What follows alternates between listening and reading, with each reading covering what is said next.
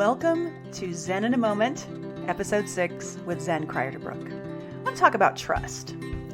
This is really, out there for the control freaks, but it can also be used by anyone who would like to be able to know that they're putting their decisions, their experiences, their house, their job, their employment, their children, that they're putting their faith in them with just cause.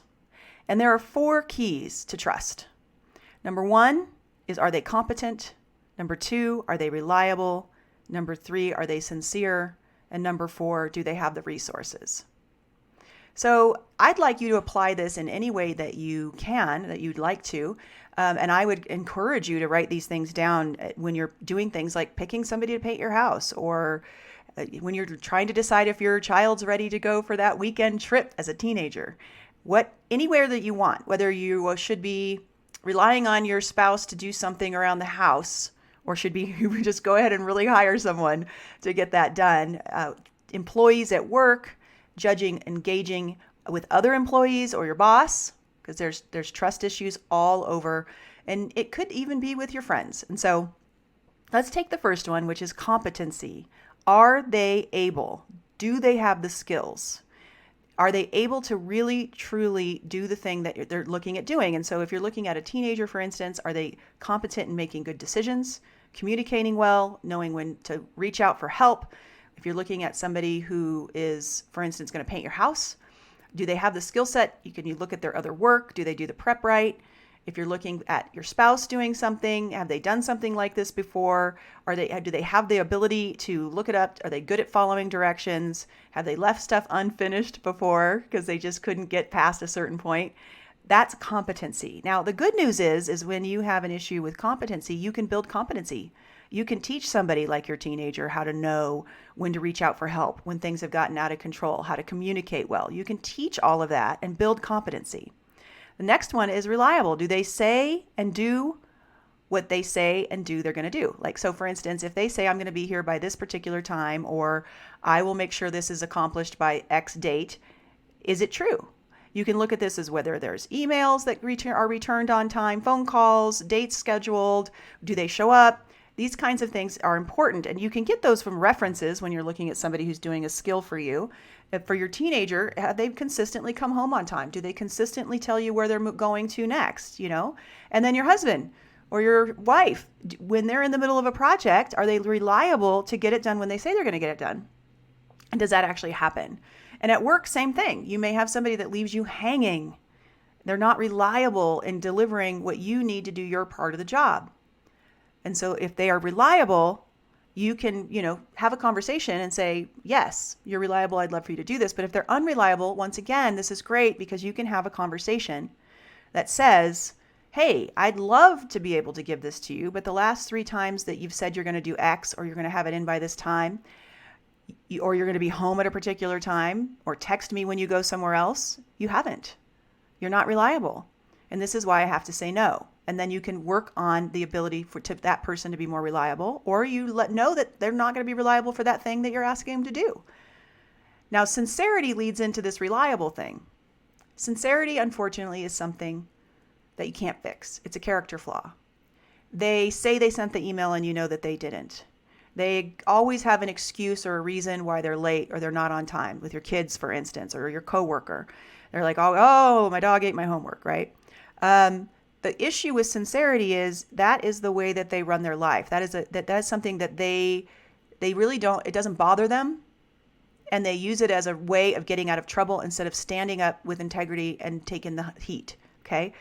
I recommend if you have teammates or people that are not sincere, that you give them less responsibility. Now, of course, there are things like volunteer positions, for instance, like childhood sports where everybody's volunteering and this person consistently does not show up with the snacks or does not show up with what they say they're going to do. And you just kind of bypass them and you have a second option when you're working with that kind of situation.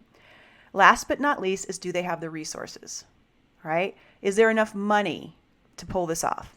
Do they have, for instance, a cell phone? Or do they have the capacity to pay for the materials up front? Or are you going to have to foot the upfront cost? That's usually a sign that the person doesn't have the resources. If they say, yeah, well, I need the money up front in order to buy the materials, their business is not successful enough to fund the project, right? And it works with people also with when you're in a work relationship. One of the biggest resources is time. Do they actually have time? Another thing with spouses is they may say they want to do something, they want to show up, they want to be there, but they don't have enough time. Or they have time, but that time needs to be spent recuperating, not doing more projects. So these are really key things. And if you know that the person is competent, reliable, sincere, and has the resources, and you are still being a control freak, you've got to turn it inward and look at your fear at the base of everything, call it for its closing. Usually that will turn it around to where you can let the person do the thing that you're wanting them to do. And you work on you work on your control stuff. But if one of those are missing, build the competency, talk about reliability. Don't ever let somebody do something that is insincere. You're just going to lose in the end, and make sure they have the resources. All right, I hope you have a great day. I am sending you love and blessings.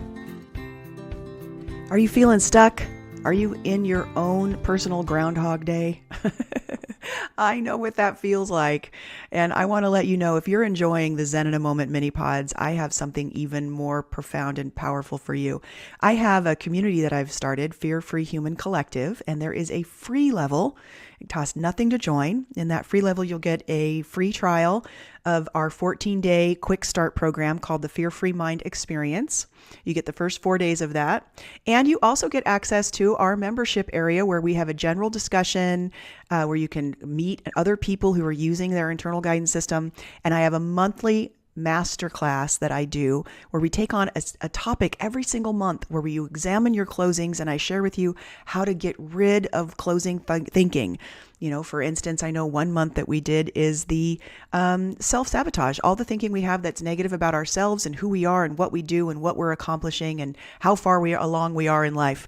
And we get together and we will explore that and release all those closings and find openings. I want to have you come and join this program. It's free for you to join. If you want to do more, you can. It's super affordable. But at least come join the free and be around people who are like-minded like you and who are learning to use their internal guidance system. I want to enjoy this with you and have you be a part of this, because if you're listening to this mini pod, you're special and you have something to contribute to the world. And I want to know more about you and what you're here to do. So go to BeFearFreeNow.com and check out what we have to offer. Check out the people in the community. You'll get to see our members in our membership directory, and you'll find that the people who are attracted to the internal guidance system work are pretty awesome. They're very special. I hope to see you there. I'm sending you love and blessings. Go forth and have an amazing day.